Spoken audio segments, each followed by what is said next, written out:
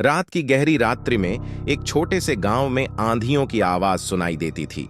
गांव वाले इसे इसी मौसम का हिस्सा मानते थे, लेकिन उनकी आंखों में जो भयानक दृश्य थे वह किसी भी मौसम के सामान्य नहीं थे।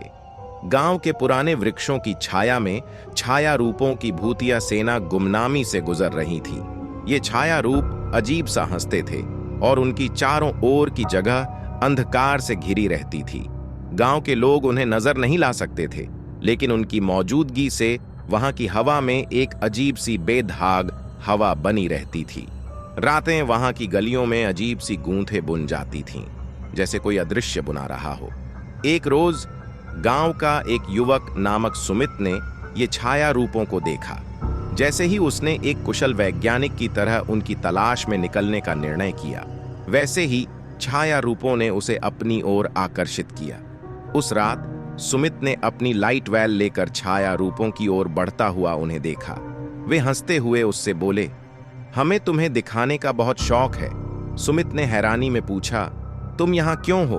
तुम्हें यहाँ देखकर लोग भूखे हो जाते हैं। एक छाया रूप ने हंसते हुए उत्तर दिया, हम तुम्हें रुलाने नहीं, हंसाने आए हैं। हम यहाँ के लोगों को खुश रखते हैं। सुमित को यह अजीब लगा, लेकिन छाया रूपों ने उसे दिखाया कि वह उसे छाया में से एक सुंदर सी फूल का रूप दिखा सकते हैं, और इस तरह उन्होंने गांव के लोगों को हंसी में रातों बिताने का अनोखा तरीका सिखाया।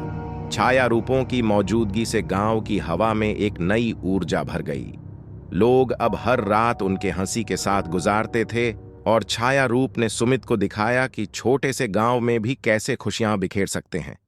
उसके बाद गांव वाले ने समझा कि छाया रूप उनके लिए नहीं, बल्कि उनके साथी बने हैं। और इस प्रकार छाया रूपों ने गांव को एक अजीब से भूतिया सफर से गुजारने का तरीका सिखाया, जो खुशी और हंसी से भरा था।